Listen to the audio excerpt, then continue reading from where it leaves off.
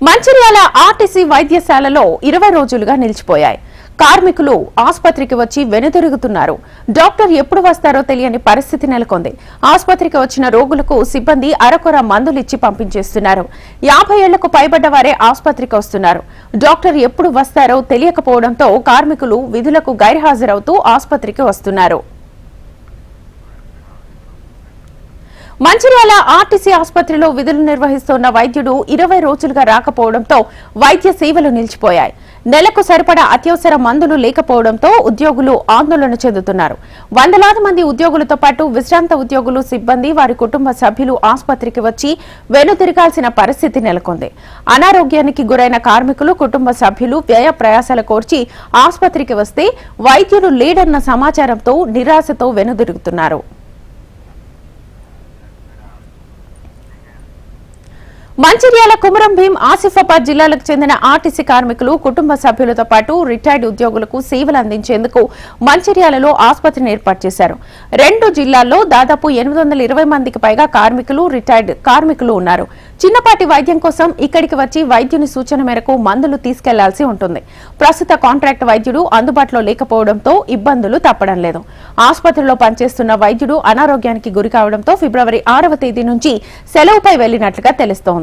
మళ్లీ ఎప్పుడు విధుల్లోకి వస్తాడో తెలియకుండా పోతోంది.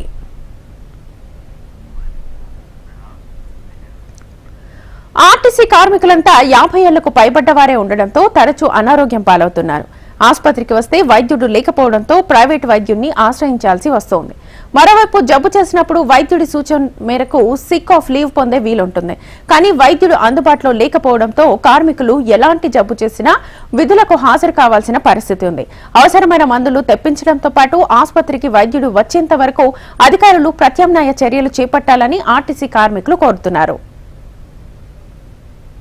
ఎప్పుడు కానీ మంచిర్యాల డిస్పెన్సరీ లోపల ఇంతవరకు మాకు ఆర్టీసీ సంబంధించిన, అంటే గవర్నమెంట్ సంబంధించిన, డిపార్ట్మెంట్ సంబంధించిన డాక్టర్ లేడు.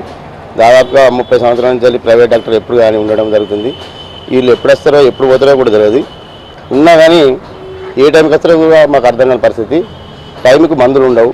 ఎప్పుడు పోతారో ఎప్పుడు వస్తారో వచ్చిన వాళ్ళకు రిటైర్మెంట్ అయినా కానీ, సర్వీస్లో ఉన్నారు కానీ, ఇప్పుడు ఏదైనా చిన్న జబ్బు చేస్తే ఉద్యోగంలో ఉన్న, సర్వీస్లో ఉన్నా సరే, కండక్టర్ కానీ, డ్రైవర్ కానీ, మెకానిక్ కానీ ఆరోగ్యం బాగాలేక సిగ్గు చేద్దామని డాక్టర్ దగ్గర పోతే డాక్టర్ లేకపోవడం వల్ల, ప్రైవేట్కి పోవడం వల్ల దానివల్ల నష్టం ఏమంటే మాకు పోయి మేము ప్రైవేట్ డాక్టర్ దగ్గర తీసుకొస్తే దాన్ని సిక్గా ఎలిజిబుల్ చేయదు.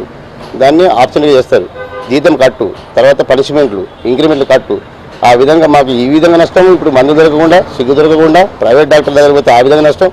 డాక్టర్ను అపాయింట్ చేసి మొత్తం ఇక్కడ స్టాఫ్ అంతా అపాయింట్మెంట్ చేసి మా ఉద్యోగస్తులందరికీ మేము తెలియాలని కోరుకుంటున్నాం. వైద్యుడి మాట ఎలా ఉన్నా ఆసుపత్రిలో మందుల కొరత ఉంది. నెల నెల అందించే బీపీ, షుగర్ టాబ్లెట్లతో పాటు అత్యవసర మందుల కొరత ఉండడంతో రోగులకు కొసరి ఇస్తున్నారు.